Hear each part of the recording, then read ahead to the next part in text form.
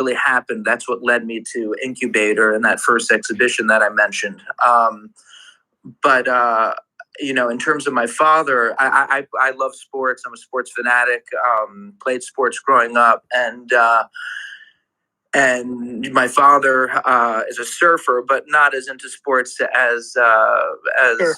We are. And he was pretty surprised about that. He said, "You hate art?" I said, "No, I don't hate art. I just he has an incredible knowledge of art history and has his own way of looking at art, which I respect immensely. And but what I had to do is try to formulate my own taste. And, I've heard you talk about living and dying by your own sword. And I kind of felt like it was, in order to do that for me, it was really about going out and finding who I thought was creating something new that I hadn't seen before and that I wanted to be a part of. So I kind of went out and did my own thing. Although I will say that Ron Gorchov, he introduced me to Ron Gorchov, and definitely told me that he thought how important Ron was, and gave me a little bit of history when I mentioned Ron's name. And so I guess to answer your question, when I was 13.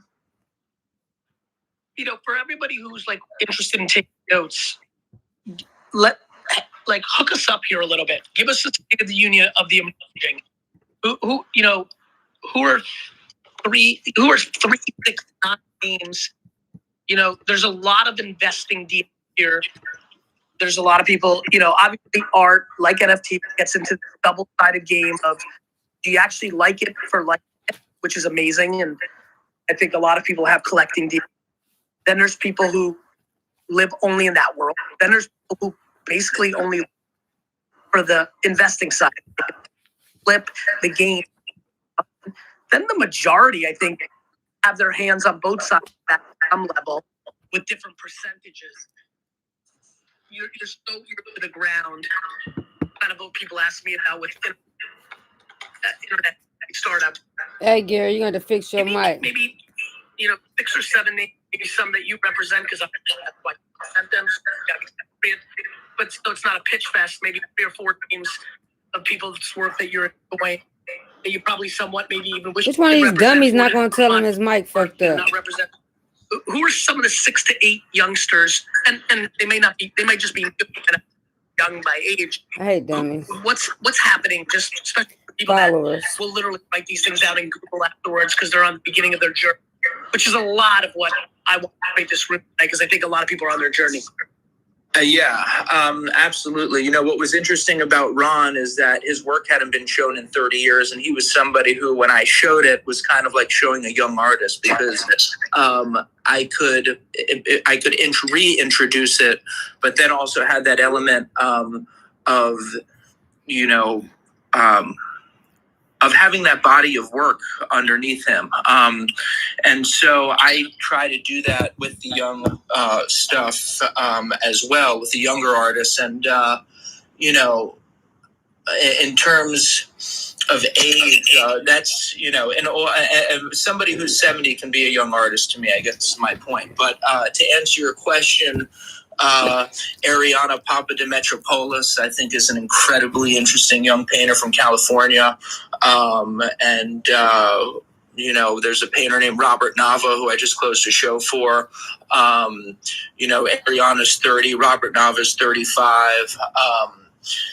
And there's a painter named Spencer Lewis, who's based out of California, who very talented painter, 42 years old, making paintings that look like they're kind of riffing off abstract expressionism, but then takes it, kind of sort of transcends that into something that is totally new. So straddles that space of old and new, and I can feel his references, but goes beyond that and actually becomes his own work, his own vision. And I love when I can see that in artists, where I can feel that where they're taking things from, but also then using that to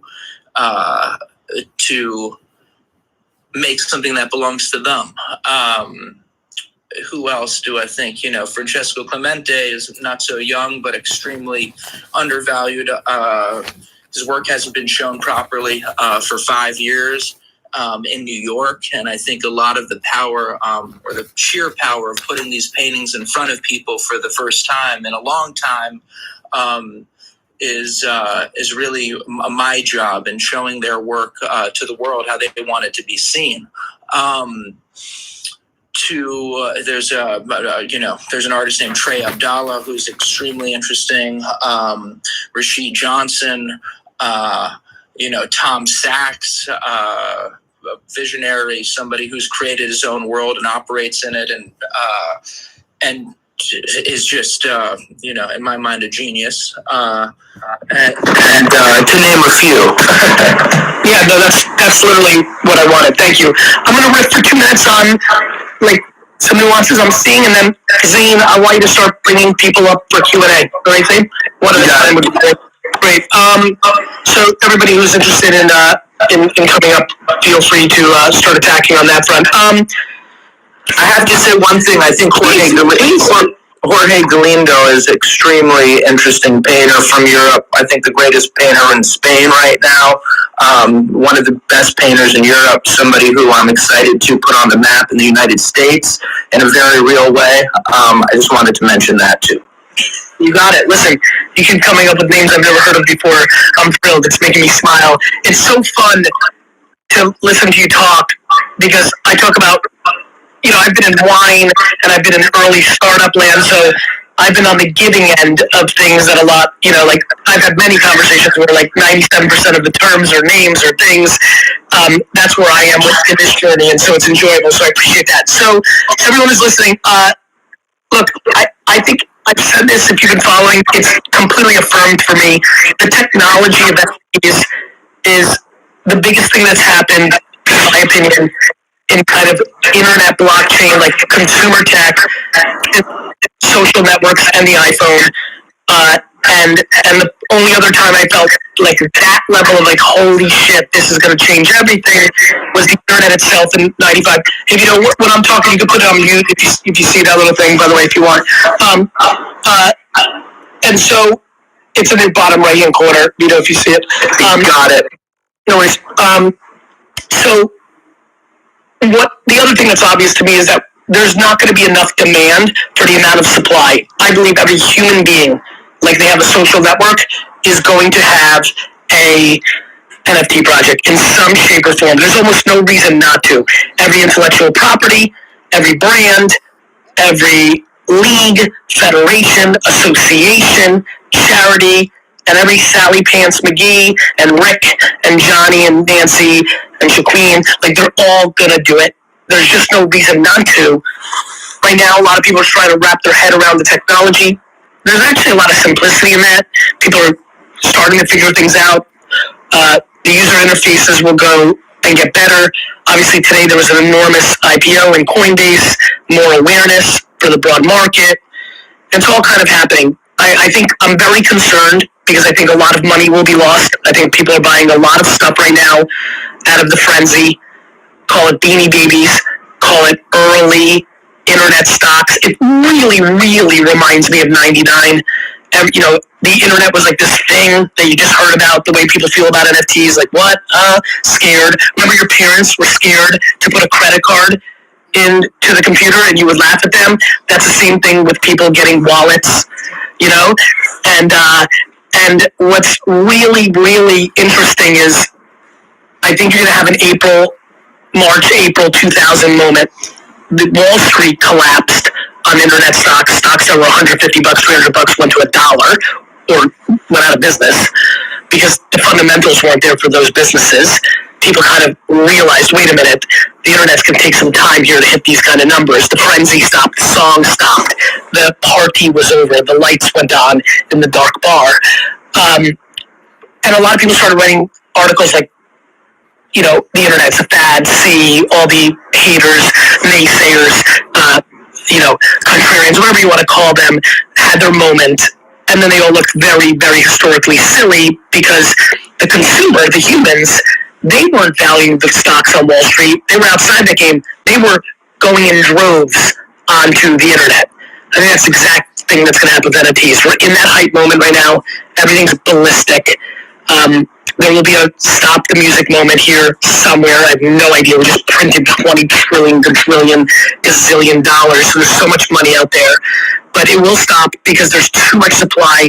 Most of the pieces are not using what NFT's power is, which is the smart contracts to create access, exclusivity, and many other variables. Just like, here's a picture, buy it because I'm famous, or this is a famous IP. Things will get more thoughtful. There'll be some diamonds, and there'll be an eBay and Amazon, just like there was in 2000 on the stock market in this era of NFT projects. But the NFT macro will play out to be one of the most impactful things. And I think much like the art world, Vito and others that are in this room that are passionate about that, know that there's tons of artists that come along, just like speculating young athletes. There's a ton of athletes that come along. Only a few ever ascend to that LeBron, Jordan level. Same with artists, even though Vito just rattled off 20, 15 names, and there's probably 1,700 other meaningful names that are brewing. The market can't handle all of them going to the moon, and there's just not enough demand. And that's what's going to play out. It's obvious. So get excited, get educated on the macro, learn, be thoughtful on your strategies on which projects you're buying. You can be day trading them and buy them and sell it for more ETH the next day, and that's a whole different game. But if you're kind of buying and sitting for a little bit, you need to be thoughtful. Say, let's start calling up people. Awesome, on it. John, how are you? Good, Gary. Thanks, Vito. Pleasure. How are you? Good. Great room so far. I don't know if I should wait for other folks. You want me to jump in with a question? No, go. We're going to go one at a time. Fire away. Awesome. And thanks for having me on, Gary. I don't know if you remember, but I saved your channel from copyright infringement when I worked at YouTube, and now I'm working at Instagram. So it's been amazing to be in touch and just see how much you've invested into other creators, and just hearing you talk about NFTs. It's really exciting. Thank you so much. And I do recall that. Thank you for that. I've got plenty of other copyright issues, so we can, I can have a full life on that. But anyway, fire away. Yep. So my question is on the fundamentals, which you mentioned. I'm curious if you could break down what we should look at when we're trying to invest in a creator who has just put out an NFT. I always try to look at their community, what they've done before on social media, and trying to add value to their community and the platform. But I'm curious, what other things do you look at before putting in money behind a creator and trying to really hold for the long term, to really separate the longer term bets versus some of those that may not pan out?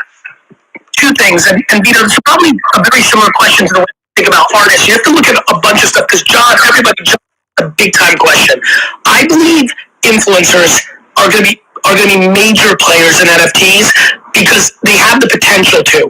And here's what I mean by that. Just like with influencer marketing, if you look over the last 15 years, influencers, YouTube channels, there's clearly been some people that have had huge staying power. 3, 6, 9 years, right? And what John is referring to, in my belief, is seeing the nuances of what is going to be a good community builder, which is what's going to matter in NFTs. It's who's built good economies and community. John, the real answer to your question, the two things I would look for is, one, how did they launch their project?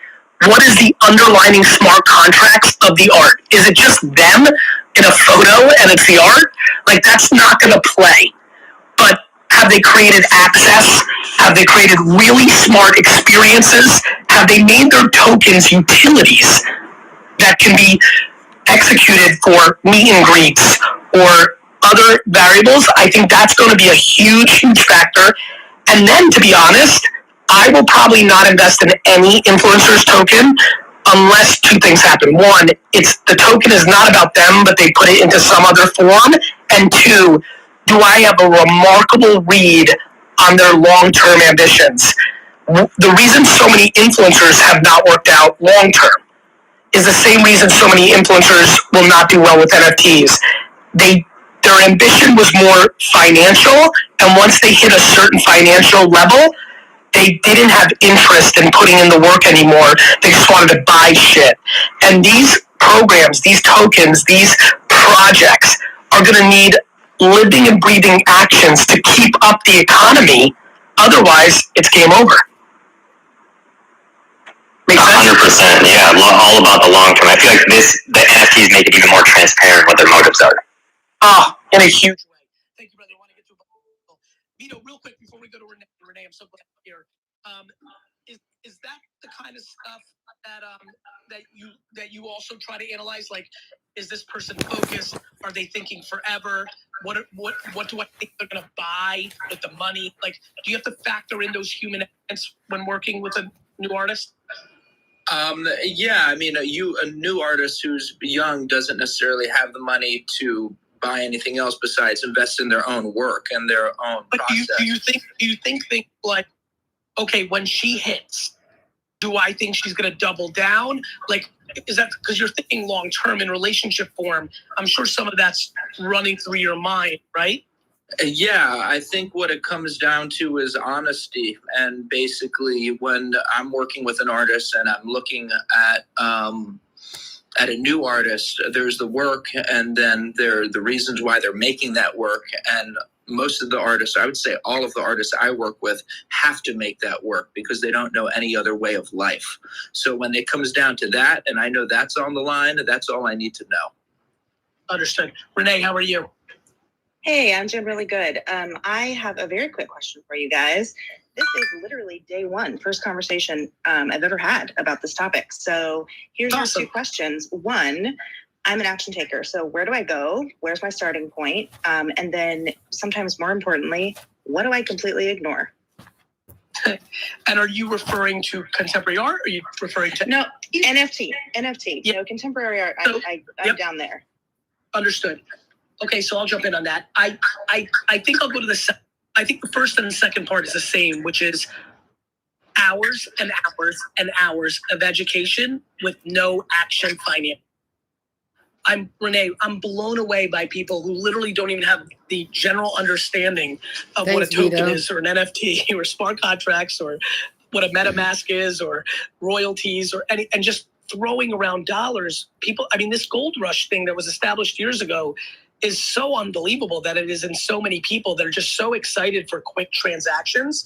So I think they're kind of tied in. And I think even the way you asked it makes me almost intuitively feel like, you know, you've been down these paths before.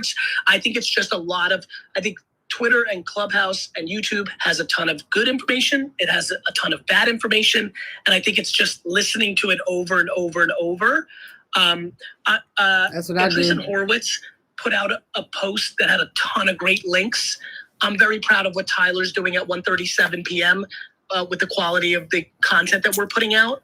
And so I think I put out an NFT post on my blog that I'm really proud of and spent a lot of time thinking about this question. And then there's just an ungodly amount of great people out there. But I think instead of like having me tell you who's good, bad, or indifferent, I think if you just listen to enough and go over to enough, you can see who's looking for the quick score versus who are trying to put down the bricks. But I think about social currency, why people care about blue check marks, why people wear designer clothes, why they have logos on their car. This is a lot of human psychology, a lot of representation of who one is. The ledger this is a very long-term technology around provenance, around tribes, a lot of human psychology in this. So that would be a no-brainer. Thank you. Yeah, totally. I love it. Thanks so much. Sure. Morgan? Hey, Gary, how's it going? Really well. How are you? I'm doing well. I have a two-part question for you. So the first part is I'm 27 years old, and I had an epiphany just a couple of months ago about a collection that I want to draw digitally, a series of portraits, 27 of people in the 27 Club, and release that for my birthday when I turn 28. I've done a little bit of research, and I have a wallet, and I have an account on Rarible. But what I don't want to miss out on is the bigger picture and being in a rush, just trying to get the collection out. So, are you drawing 27-year-olds? I'm drawing 27 portraits of people who are members of the 27 Club. So I'm not sure if you're really familiar with that phenomenon, but Kurt Cobain, Jimi Hendrix. Yep, Amy Winehouse. Of course. I'm sorry, Right. I'm not cool enough. Of course. Got it. So the bigger picture is you'll draw that. There'll be famous people. If it's good, there may be some interest. There's going to be 77 trillion pieces of art with those individuals in a 27 club. Right. If you're able to, in the smart contract, add things like, if you buy this token, I will have lunch with you. Or here's a good one. That's how you do it. If you add to the smart contract that if you buy this token, this Jimi Hendrix one, I will do a self-portrait of you, the buyer, if you choose to. Okay. Now you're starting to add extra elements to make it above and beyond just the art. So many people just think it's a JPEG or just the art, but it's all the other variables underneath the contract that are going to end up becoming NFT's history. They're tokens, they're utilities to make things happen that just happen to also have collectability and art in them. It's almost like a Super Bowl ticket. That Super Bowl ticket to Super Bowl one was to get you into the Super Bowl. But because of what the Super Bowl became, it also became a collectible. And you'll see that phenomenon happen a lot. But what also needs to happen is you need to bring them more value because you don't have the leverage of an enormous community and you're only going to get an enormous amount of supply of art. So I think that would be, for an example, something that could add some inherent value to that token being purchased the first time. Make sense? Yes, that definitely makes sense. Thank you. That is such a great idea. The second part of my question overall is, I remember we originally met at Pencils of Promise last year in, I believe, either October or November. I'm the girl who's very passionate about grief and art, which is partly why I'm doing this series of 27 portraits. I'm going to donate a large part of any proceeds I make off of the original sales to an awesome charity that's focused on suicide awareness and prevention. But I love it. Yes, I think that is very important. Every piece of work that I do has a very specific purpose of love. Yeah. But as you probably know, you're going to have royalties on all the future transactions of that art. You can give that royalty to, a nonprofit's wallet. I plan on doing that with some of the stuff I've got planned long term. So keep that in mind as well. Okay, that is so cool. I'll have to start doing research on that and get that set up. Thane, maybe you can help more, give her some details on that. For sure. Thank you. So for the time that we met at Pencils of Promise, we talked about me painting a picture for you in honor of Nipsey. And I'm not sure if that made it your way. I just wanted to double check, because if not, I will send you another one. Well, I don't want you to do that. And I'm completely positive it did. We've obviously, because of COVID and everything, have been in such a tough standpoint of the ups or not. Connect with you, do the homework, and then we'll get back to you. All right. Sounds good. Thank you, Morgan. Thank y'all so much. This was amazing. Thank you very much. Thank you. All right, Zane, pull up. Is Michael next? Michael, how are you? Hey, how you doing, man? Just want to say you're more influential than you know. Anyway, Appreciate that. I'm a basketball ex-player, coach. Been coaching in China for the last 7 years.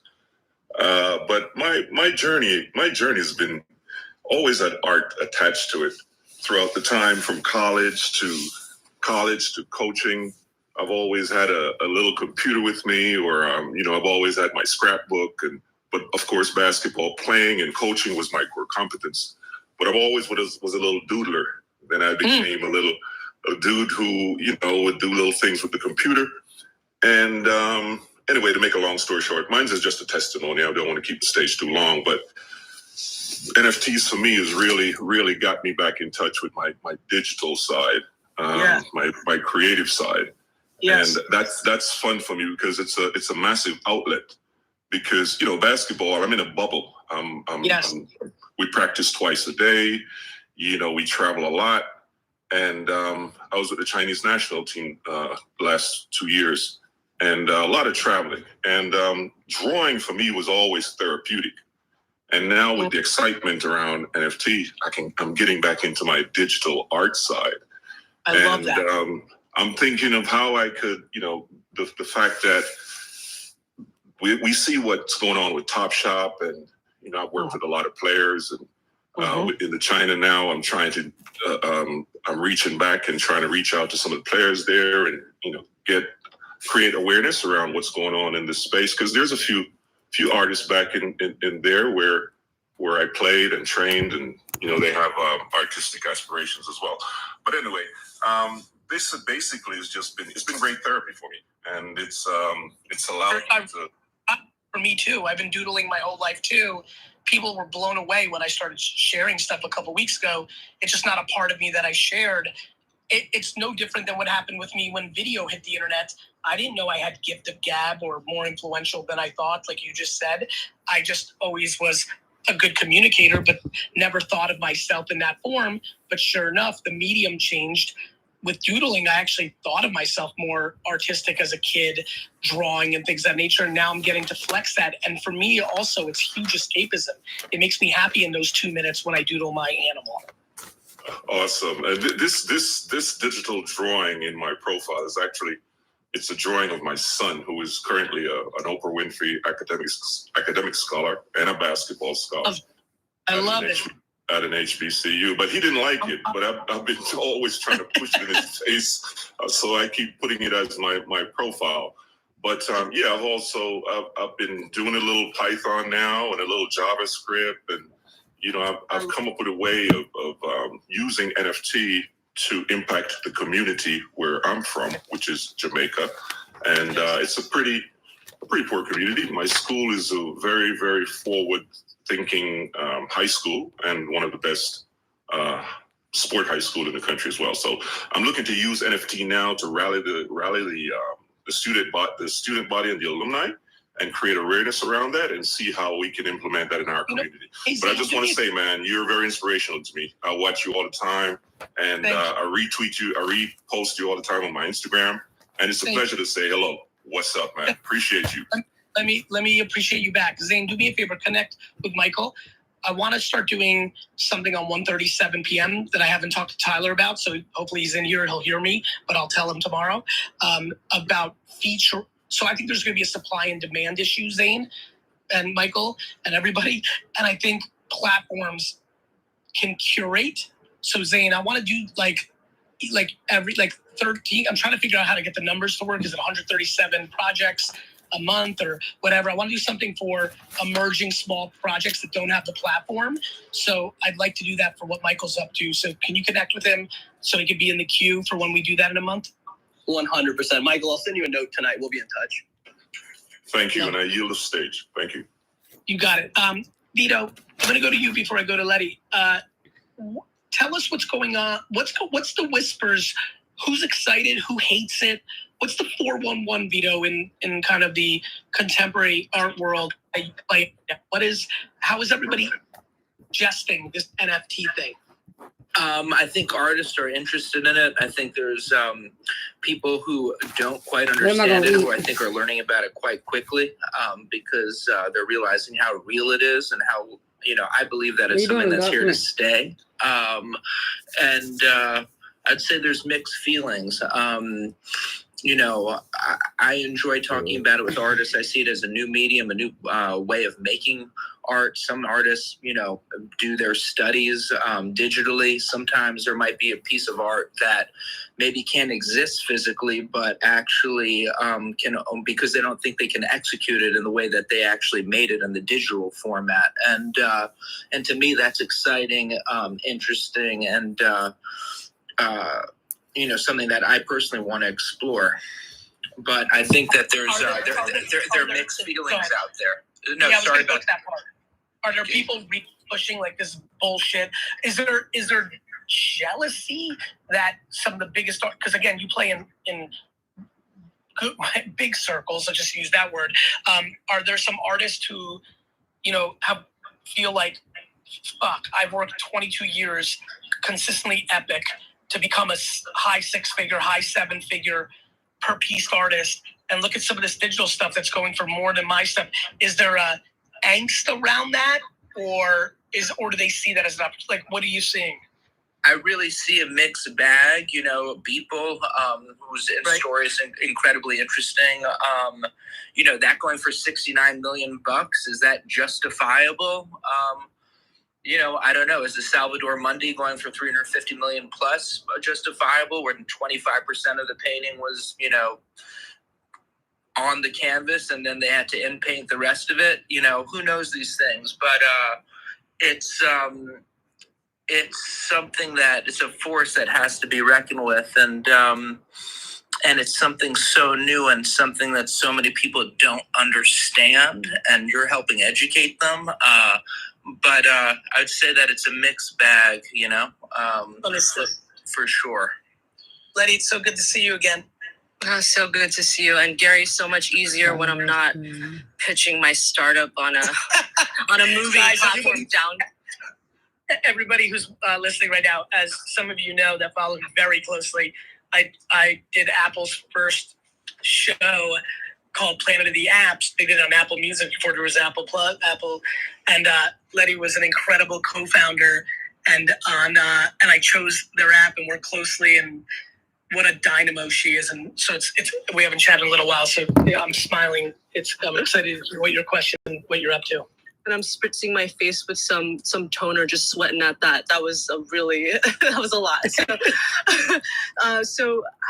Well, today is a big day because of the Coinbase IPO and with NFT, all the stuff. Okay, so everyone's excited. Now is perhaps a better time than ever to be an artist, a creator. And I'm asking this to you, the influencer of influencers. So I'm thinking about what it takes to make the secret sauce to be successful or even iconic, and how is that different now, today, and then in the future? Any advice on what to say yes to and what to say no to?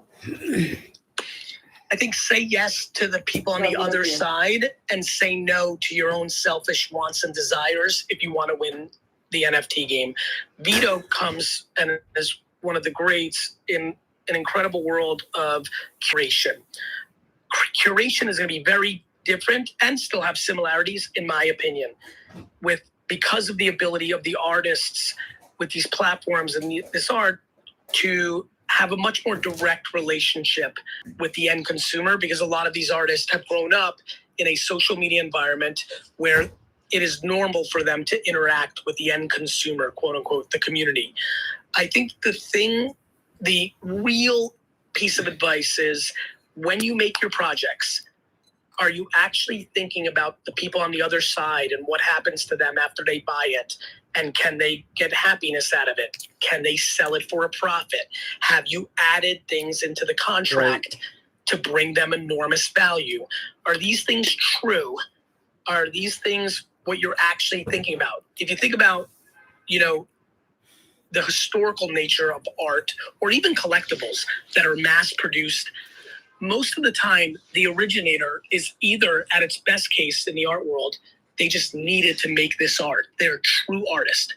In its worst case, collectibles or other things where they cared about the upfront economics of selling the original thing, and whether that had a value in the secondary market or not was not really their concern. They might manipulate scarcity, but only to create, success up front, and oftentimes then mass produce if they actually had it, because that's their job. And I'm an entrepreneur. I believe in it's okay to have those, selfish wants as a business or a person. But because of the nature of how these tokens trade in perpetuity as a currency, individuals in a decade that will shine, humans, the artists, the influencers, what semantics at the end of the day, someone that creates something that somebody buys, it's going to be the individuals, the she's and the he's and these, that go out and really, really think about a decade or two's worth of them, not for me, how much money, this. There's so many people rushing to launch something right now just because they think it's a gold rush and they can make $400,000 in a week in ETH, and they just can't get it out fast enough.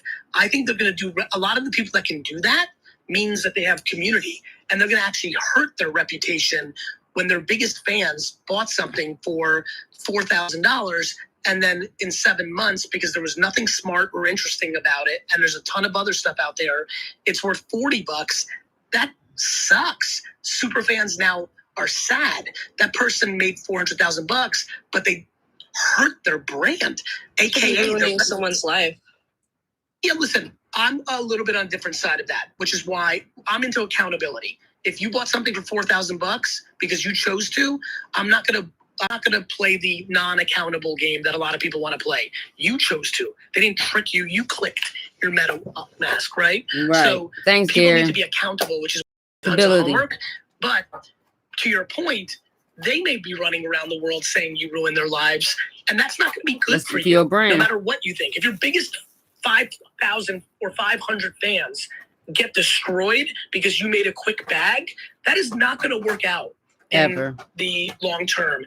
And so that is the mindset and the conversation that I'm hoping to communicate. And it's also why I've been working on something for myself to put out, because I want to do what I did with Wine Library TV. I put out some of the first long form YouTube content because all of it was pirated back then. And I'm like, no, this platform can do more. Let me do this. This will be good for my dad's business, but it'll also become a blueprint of what I think could be done. And I have a lot of ambition to put out a project that becomes a blueprint that creates a much healthier atmosphere than the gold rush we're in right now.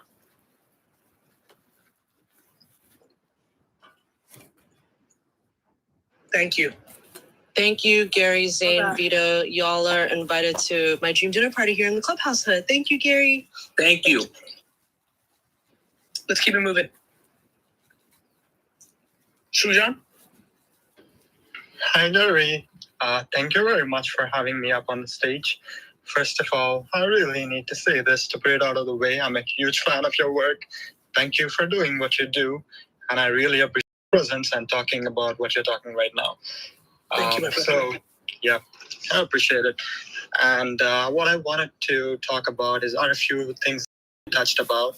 So there's a lot of misinformation out there regarding the NFTs. So one needs to be intuitive and smart enough to take what should be taken and to filter out the right content. So I think that is very important, and that is what I learned through my process of educating myself about NFTs. And I've actually experimented by putting down like $100 in Ethereum Coinbase wallet and making a really simple digital art and putting it out there on OpenSea. So I learned a lot through the process. And I would ask people to actually test it out. You would learn a lot of things in the process. And the other thing that I wanted to ask you guys is that... Sure. I think you just said something so brilliant. So I want you to say it again, and I'm going to do some That's color $100. commentary. That's what I did. You did something very smart at a very low cost. You yourself put out something on OpenSea, created your own NFT, not necessarily because you thought, I'm sure a little part of you said, why not? I hope somebody likes this and buys it or things like that. But you knew that the learnings, I always say you can't read about push-ups. You have to do them. No, a lot of people are trying to wrap their head around this. You systematically did enough homework to figure out how to put money into a Coinbase, turn into Ethereum, and then create an NFT project on OpenSea. And to your point, by going through that process, it's put a lot of things into context, correct? That is absolutely correct. Yeah. I love that. Keep going, my friend. Yep. So also, I just wanted to add that I'm in the space of NFTs because I'm coming from a place of service, and I would love to bring money to those talented artists whose livelihood depends on digital art and art in general. So my question to you guys is, maybe you already spoke about it, but how can we take the traditional art and convert it into NFTs and provide that intrinsic value for the NFTs that we sell? Vito, have you? I want to open this up to you because I want to get you some airtime. Anything you've been hearing about? People think about actual art, converting into NFT form and seeing from other contemporary artists out there. Yeah, there are different artists who have entered the space, from Takashi Murakami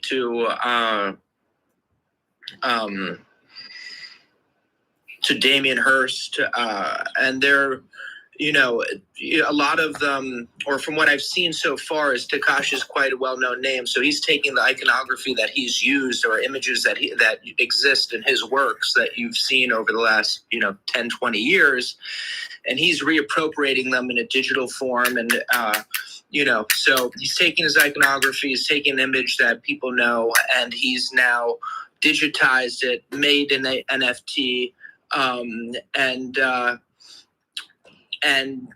that's one way of doing it. I think obviously, with animators, there's a way of taking a physical painting and making it melt, making it rain, and kind of turning it into a moving, living thing. I think that, the artists that I know who've been thinking about entering the space, from Gus Van Sant, who is an incredible film director, has thought about it in a different way from, say, somebody like Ariana, who is actually, considering making a painting for this space. Maybe it's a flower with an eye in it and the eye is blinking, and maybe there's an original score of music that's attached to it. And so creating whatever world that you want to exist in. And then, I think the ultimate test is, if you can make something that you're proud of and putting out into the world, and that existing forever, then that's your NFT. I think I love that. I think I think one thing to keep in mind, we're all so excited, I personally for damn sure, about how many artists are going to be able to have something happen here. But I want to remind everybody, the idea that every artist is now going to be a working artist full-time and making all the economics they need is the same way as thinking every person that starts a social media account is going to be an that makes enough money to pay for their livelihood. So to your point, it's a very importantly interesting question. Artists have to understand that the market is on the other side.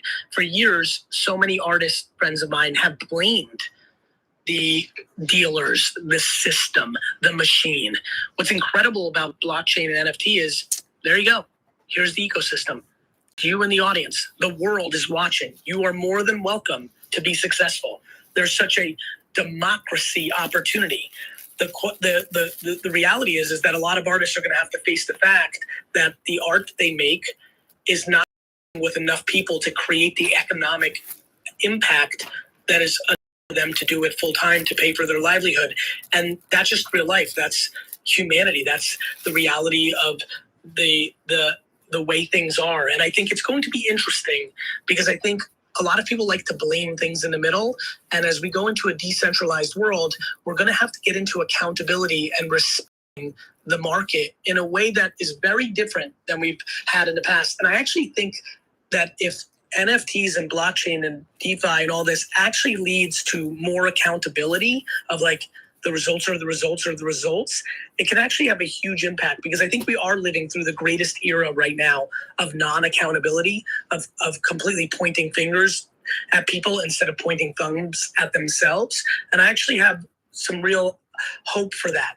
At the same token, much like earlier, Michael's speaking, and I get excited because I like him and I like the way he's talking. I like what he's doing. And I say to myself, hey, I have platforms. Let me use one of them, 1:37 p.m. that's really done a good job in NFT and has built an audience to maybe showcase, some individuals. So I think you're going to see a lot of dynamics like that. And that's going to be the game. It's going to be people co-signing. It's like the hip hop game. Oftentimes a rapper makes it and they're going to bring up somebody from their crew in their second album and let them spit a verse or do a hook. Like there's going to be a lot of human elements in this game and it's going to be fun to watch. Thank you very much, Vito, for that absolutely amazing feedback. And thank you, Gary, for touching on some very important points, especially about how the artists are struggling with the middleman. So I just wanted to ask a last question about what this 1:37 p.m. meet is and how I can be a part of it. Zane will message you. 1:37 p.m. is a publishing site that I own in my VaynerX ecosystem, and several months ago we decided to just write a lot about NFTs because we wanted to bet on the space. And Tyler Schmidt, my former assistant, is the GM over there and has done an incredible job assembling a team. And Zane will connect you, and hopefully there's something to be done. And that would make me so happy. Thanks for being here. Steele, you're up next. What's up, Gary? Zane, thanks for calling me up.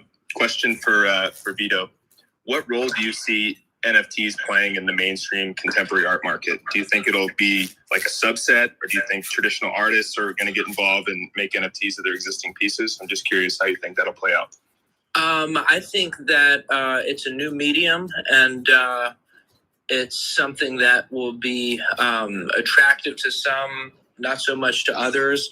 But I think it creates possibilities that might not, be possible with the physical handmade painting.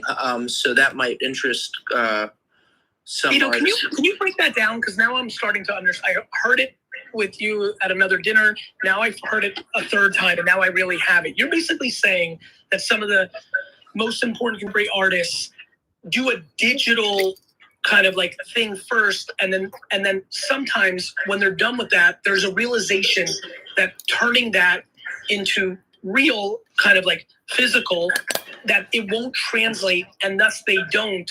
But because what they did in digital was actually what came out of their soul, that they may get seduced or see the tremendous value of this medium as an alternative or an addition to.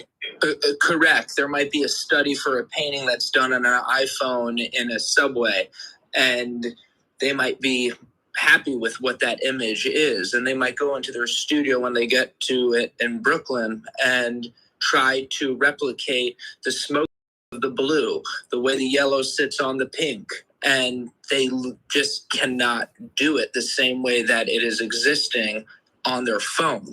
They might say, next, that is a masterwork potentially. They thought it was so good they couldn't recreate it. Now there's a platform that can exist. I like that. Great. Thanks, Steele. Hey, how you doing? Thank you so much for inviting me. I'm having so much fun in this room. Thank you so much. Thank you. What an interesting topic. You guys are I'm learning so much. What do you think it's gonna look like? Gary, you mentioned like the blueprint. What does that look like to you? To me, it looks like a project that is so obviously built for the initial buyers. So lazy, girl. To do well, both in having the art, the token, the collectible, but also putting those individuals in a stunning power position to create resale value, because the creator created things in the smart contract that created that economic impact, but not when the person bought it, after the person experienced the smart contract, and still then had economic opportunities in selling the piece after they've experienced it. That's what I see. I don't think people have wrapped their heads around yet that this is a ledger that documents things. These are contracts underneath these tokens. These non-fungible tokens. What kind of contract is it? I'm learning about it. Bree, you could draw a plate of pasta, make 10 versions of that in digital form, or do it. I like to draw and translate. Most people do it digitally from the beginning. You make 10 digital plates of pasta. If you own an Italian restaurant, make them a gold pasta and put it out. But it's not just a gold pasta picture. The token says, if you own this token, you can eat free pasta unlimited at my restaurant as long as you own the token. And as long as you keep it, you can come every goddamn night. That's what this token is. This is the contract. So the token represents that. Or at a club, it's the VIP room. Or at Wimbledon or at Tiffany's, it gives you access to breakfast on the second floor. This is like a Coachella pass, a sports ticket. There's a whole layer of access. It could be that this lets you be part of 20 people on a Zoom every Tuesday night. Like, the image can represent things underneath. And right now everyone's on just like the image, the art, the collectible, but it's the smart contracts that make NFTs so interesting. And then the historic nature. I'll give you an example. If NFTs had been around for the last 50 years, on a night like tonight, when I was just, let's say, laying in bed and looking at my phone, whatever, let's just say that's the case, because millions or trillions do that, I might say, you know what? I miss Randy the Macho Man Savage. I'm going to go to his public wallet that obviously hasn't been active for years because unfortunately he's passed, but I'm going to go see which wallet was his, and I'm going to go find every token he ever bought, and I'm going to buy 5 or 6 and put them in my wallet because I have a connection to Randy the Macho Man Savage, and I want to own the exact token that he once owned. That kind of stuff. Vito, in provenance, like in the art world, is there a economic impact when the art comes from somebody of notoriety? Like, will Elvis Presley once owned big time art piece of art have a bigger impact at Sotheby's or your place than if it was just a high net worth individual that owned it? It's if something, if you have a painting that, if you have a painting of Bryce Martin's and that painting was chosen to be in his retrospective at the Museum of Modern Art, it immediately makes it worth more and more important. So yes. But what about if Jay-Z once owned this piece and it's now on the third owner, but it's documented that Jay-Z once owned it, even though it's now on the fourth person. And let's say, does that have an impact? Well, I think if you're a fan of Jay-Z, that it might, but not universally. Understood. I would say the institution or the caliber, when we're talking about real historical pieces of art, it really comes down to, maybe there's a piece of art that's coming up that's been in the same collection for 75 years. So it's about the scarcity and also the provenance, institutions, museums, works being shown. Great. What Vito's talking about with the provenance has historically been in the art world, the places that had it or the places that picked it, the things that Vito just talked about. I believe that what's going to happen is the provenance of who once owned the token is going to play out. Because remember, Bray, once you put out those 10 pasta pieces, they're there forever. Like in 96 years, somebody's going to buy it. It's like going to a garage sale and buying a book from. How are they distributed? Like through the blockchain. Oh, okay. Mm-hmm. But is it like a Brie Burley currency? Is it like Gary V money, or is it like what is like? Oh, it's called NFT. No, the NFT is the term for a non-fungible token. The way people will do it a lot of different ways. The way they brand it, it might be an Optimus Prime. Right. Cool. Okay. Things like that. You can. Cool. All right. Thank you so much. Thank you. Everybody, I apologize. The hour went so much faster than I thought. Believe me, this is what sucks about having Asia offices. I have a big meeting with Singapore in 1 minute ago, so I'm going to have to leave. Vito, thank you for agreeing to do this. I am really excited about the beginning of my journey in your world, and I know you're excited about the journey of what's going on in Eland, and I think you were fantastic tonight. You too, Gary. I'm such a big fan of what you do and the message that you put out into the world. So keep doing what you do, and I'm excited for us to keep kicking this can down the road. So thank you, everybody. You got it. Zane, thank you for your help. And